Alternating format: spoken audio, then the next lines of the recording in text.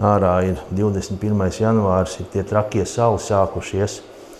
Un es atkal esmu nolēmis uzvārīt kāpos zupu. Bet šī video es gribu jums parādīt metodi, kā var dabūt dzidrāku buljonu, foršāku, skaistāku acīm, jo mēs ēdienu baudām ne tikai ar garšu vai smaržu, bet arī vizuāli. Mums patīk, ja tas ir smuki ja tas forši izskatās. Teic, ka ar vizuālo mēs arī nosakam, cik tas varētu būt garšīgs, vai ne? Un šoreiz es esmu nolēmis izmantot lielopu gaļu, ko es nopirku tirgū. Tāds gaļas gabals kopā ar kaulu. Es nezinu, vai tas ir no kājas vai no kurienes, bet kaulam pa vidu ir diezgan daudz smadzenes, kas dos superīgu garšu buljonam un visu to aromātu un labums izvilks no tā kaula.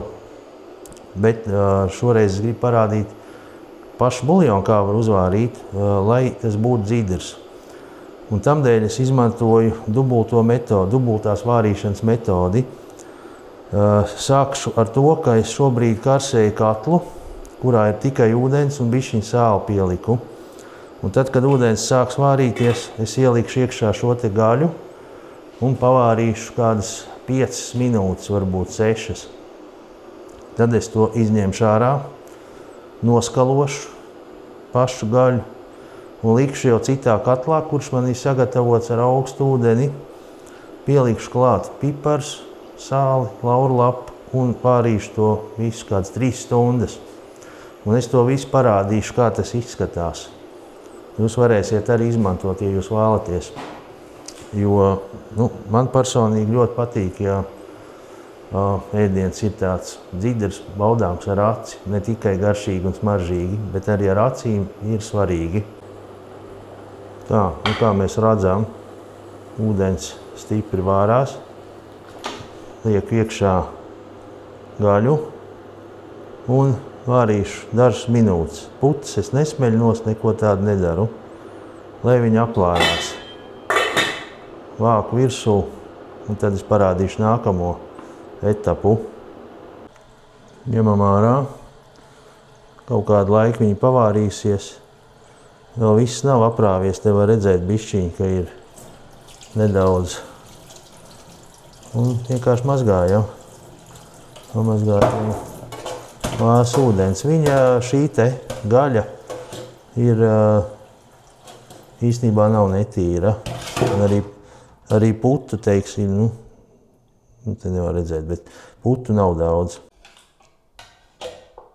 Liekam iekšā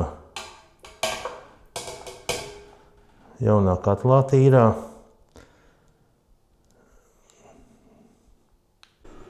Palaižam siltumu, iebar sāli, tāds 2 teikarotis, laikam, jā.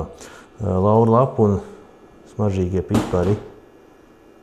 Uzlikšu vāku un sākšu regulēt.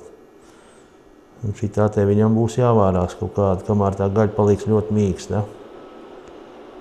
Tāpat arī pielieku sīpolu.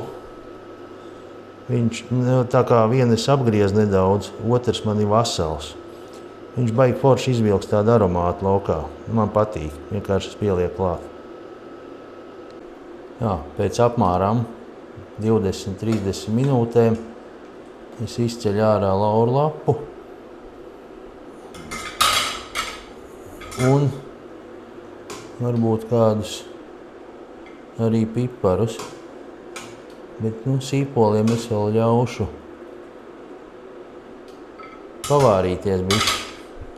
Un tā kā te var redzēt, jau tāds veidojās buljoniņš, forši jau traknums paliek pa virsu. Un tā uz lēns uguns arī viņu vāram.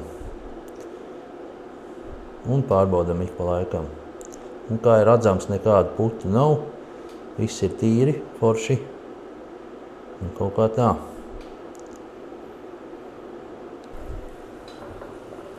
Tā, ir pagājušas kaut kāda pusotra stunda. Izņemšu sīpolu ārā. Pirms kādu laiku es jau izņēmu atlikušos piparus. Redzam, ka tā gaļa jau paliek mīkstāka. Tā, nāc šurpu. Jā, bet jāturpina vārīt. Ja ir nepieciešams, es pielikšu vairāk ūdeni, vēl uzvārīšu teikanā un pieliešu klāt. Bet es turpināšu vārīt un var redzēt šeit, ka tās smadzenes, tur jau no tām smadzenēm tiek vilkts ārā labums. Tā kaut kā. Un buljons ir iekrāsojies jau tādā foršā lielo buljonu krāsā, tādā dzeltenīgā.